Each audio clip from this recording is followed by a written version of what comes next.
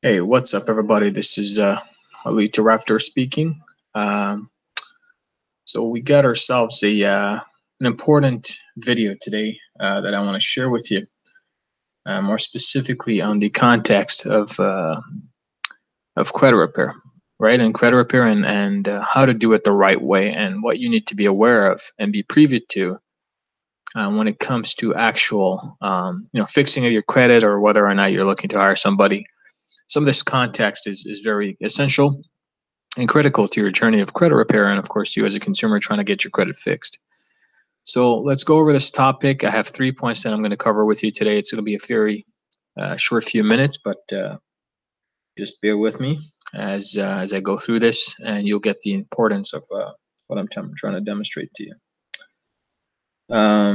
So let's begin by talking about why Section 609 in specific is not efficient enough. It's not up to date, and it's definitely outdated. So one of the biggest things you want to realize is there's something that happened in the state of New York, which of course a lot of you know that I've shared this a couple of times, especially in my other videos. It's called the Credit Reporting Settlement Agreement. Now, as we're going through this document, I want you to pay attention to the yellow section. So the Credit Reporting Settlement Agreement, which took place in the state of New York between Equifax TransUnion, Experian, and the Consumer Financial Protection Bureau. Essentially, they came to a conclusion and an agreement of how certain items will be reported, of how to conduct procedures when it comes to investigating certain ways, what types of protocols and practices should be at both, the credit reporting side, and more specifically also on the furnisher side. Now, the furnisher is obviously the individuals that are, or the companies that are putting up information on your report in the first place. So they too have to adhere by certain rules and regulations. Now, this, of course, means that the credit reporting agencies that are actually allowing this type of information to be reported about you in the first place have to be very stringent in terms of how they accept that information. And of course, they have to make sure that there's several rules of compliance, and there are certain ways that they're going about this. So the first thing you want to come to realize is that there's actually no longer any need to contain any original documentation.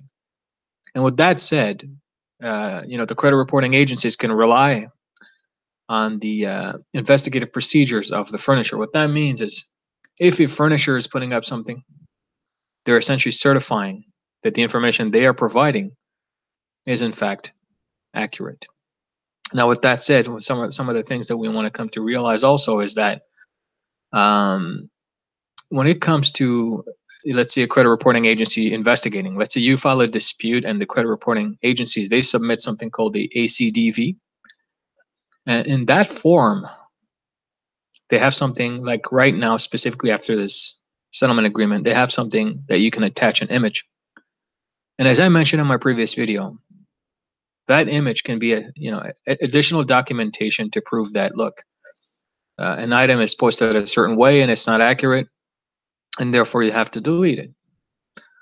Now, with the automated universal data form, or the AUD as we call it, that's something that the credit reporting agencies get back from those credit furnishers, from the people who are furnishing information on your credit reports.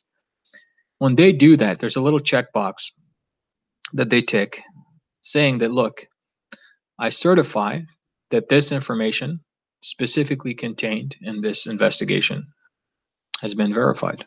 So with that said, they take this as what it call, as something that's valid, that is accurate.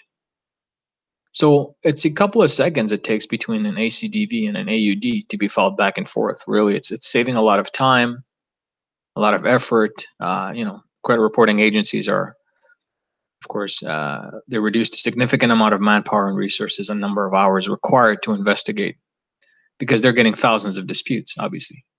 So with that said, when they certify what the AUD form sent back to the credit reporting agencies, they can take this as fact. They can actually say this is actually valid. We verified your information. Now, all the furnishers including collection agencies or anybody that's actually have the authority to report to the credit reporting agencies, have to go through this sort of validation, have to sign or check box, check that box, certifying that the information is actually accurate and the investigation was done and it's valid. Which concludes that a lot of attorneys, special counsel, and even government authorities agree that this is okay to do, which goes back to our 609 myth. There is no longer a need to contain any original documentation. So you might get lucky, right? So let's say you're submitting a 609, you have all this information filled up, you're just asking for documentation, original wet ink signature, which in reality you definitely know when you're applying for credit cards, there's no such thing online. So don't try to play the fool. Let's be real. For a fact there's a lot of applications you're filing online that does not require wet ink signature. So start with that fact, okay? And then going forward, specifically on this context, there is no original documentation requirement. So you have to be careful on how you're going about it. So yes, some people will get lucky, as I stated in the 609 process and these templates that you're sending out. And because they don't have the time, some of the system actually automatically reads in and they can cross-check some databases and references and basically take you out. But it's not always the case, okay? It's not always the case. Now, going over to the next piece of evidence against 609. So even collection agencies, by June of 2018, based on this credit reporting settlement agreement, which comprises of multiple phases, this is the final phase. By June of 2018, the collection agencies will follow the same protocol as the credit furnishers in terms of how they report and format certain things, because now they're using an old system. So they have to comply and basically go with the new rules and regulations and update their systems, but it's going to essentially come down to the same thing. Of course, collection agencies have a tighter rule. They have to make sure that they comply with more strict regulations, specifically with the Fair Debt Collection Practices Act and a series of other things, but this is also applies to the Section 609. Now, going back to the final piece here, and it's the idea of pursuing the credit reporting agencies in court or even threatening to sue. Keep in mind that that can actually be ignored right now. No matter how many times you send it, unless otherwise you actually do go out there and file a claim against them, whether it be in small claims or civil court or you go to the Supreme Court. One of the things you want to realize is the judges, actually right now, because there's precedence, they're going to ask you, look, you have to, as a victim, you have to demonstrate the occurrence of actual injury, right? And this has to be caused on a serious level, like, for example, insurance companies not paying you, whatever it is. Of course, that's probably a ridiculous example, but something along that nature that actually demonstrates a significant occurrence of actual injury, both on a monetary level and, of course, lifestyle level, that was actually caused by misreporting an item. There was no sort of compensation you will receive. So this is lengthy because if you're actually pursuing this in the court system, and if you're actually suing these credit reporting agencies on a Section 609 concept, and you actually go about and file a private suit against these credit reporting agencies and or furnishers for putting this information in your report, you have to be careful of this, because what's going to happen is it's going to cost you a lot of time, a lot of money. These credit reporting agencies have substantial resources and capital to pursue you. So what's stopping them from burying you in paperwork and just basically walking away with it, right? They can actually do more damage than good. So pursuing them is actually worse than you having that item report on your credit, which of course there are certain ways of removing, but you want to be careful with the Section 609 and what kind of paper trail you're creating, as they too can use it against you in evidence. So going over to our next topic. Now, when it comes to credit repair, it's important to maintain your existing accounts. Now, a lot of customers stop paying their bills.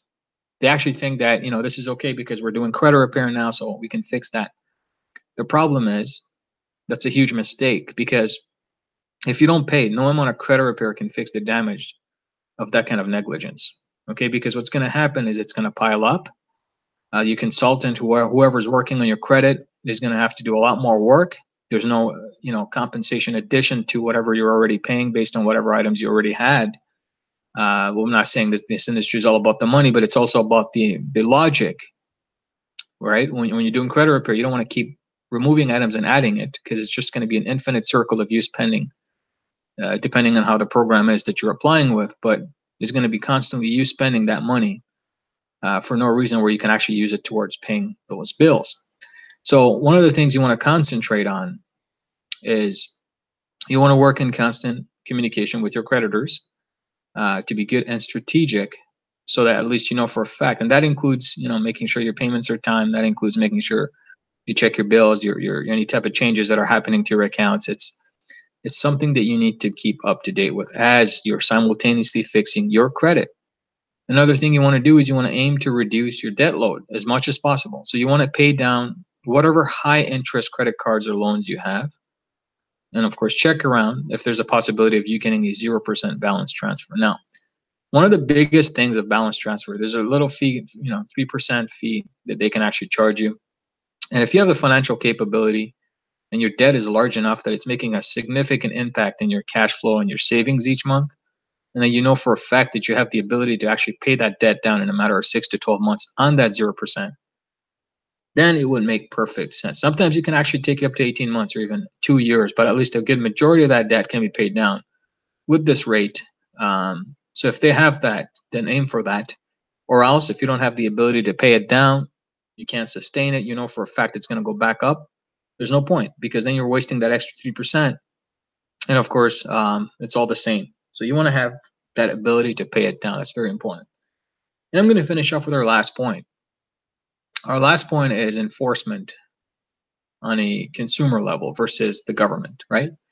So the government has certain enforcement that they can pursue with, and you as a customer, you have this thing called the private right of action. Now, when a government steps in with consent orders and enforcements, the penalties are actually a lot harsher than the actual suits that you carry out on the legal system. And the reason why, it's because with the government, the damages that the credit reporting agencies and furnishers have to pay far outweighs consumer financial damages. So let's say Fair Credit Reporting Act could be something as close to 100,000 plus versus your little $1,000, punitive damages. And again, you have to prove evidence of actual damages, like we talked about here.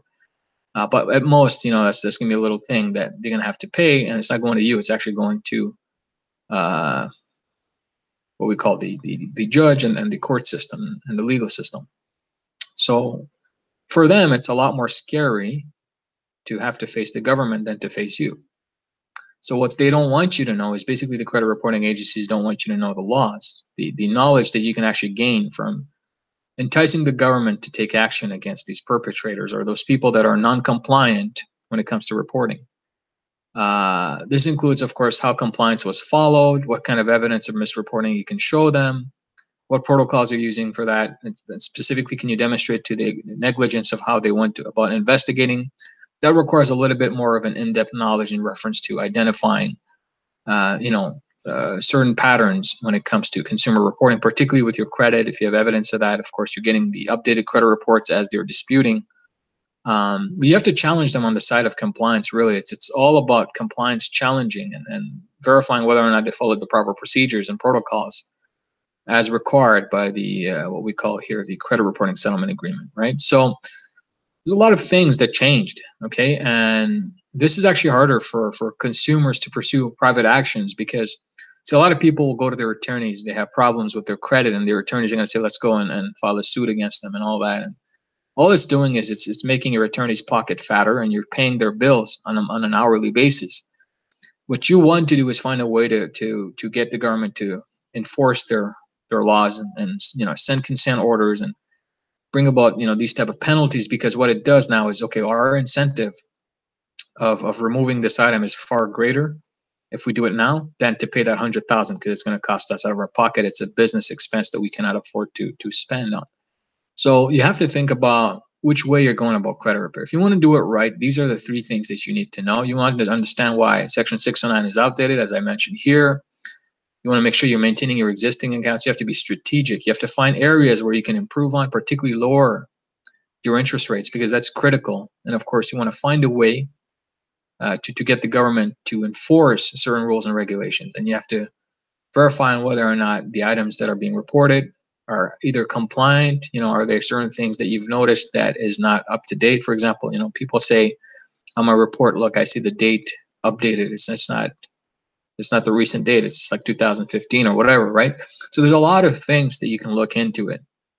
And that's how you go about doing it the right way. Now, of course, there's a lot of videos out there and channels, all talking about this whole Section 609 and all that good stuff. But here it is. Here's the truth. Here's what you need to know. Anything that I'm saying here can be verified at 150%.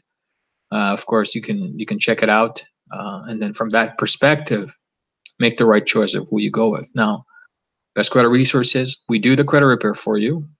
We have that option. We have Mastermind that you can join to get a discounted a la carte credit repair service as well.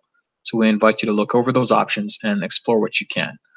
Thank you for listening. This is Ali Tarafdar, your guide and mentor. If you liked this video, give it a thumbs up. Don't forget to subscribe to my channel and turn that notification on so every time there's a new video like this, you get notified. Tomorrow, tune in for Finance Talk around 1 p.m. Eastern if you're here on the East Side. And if you're on the West Side, 10 o'clock Pacific in the morning. I'll see you then. Bye for now.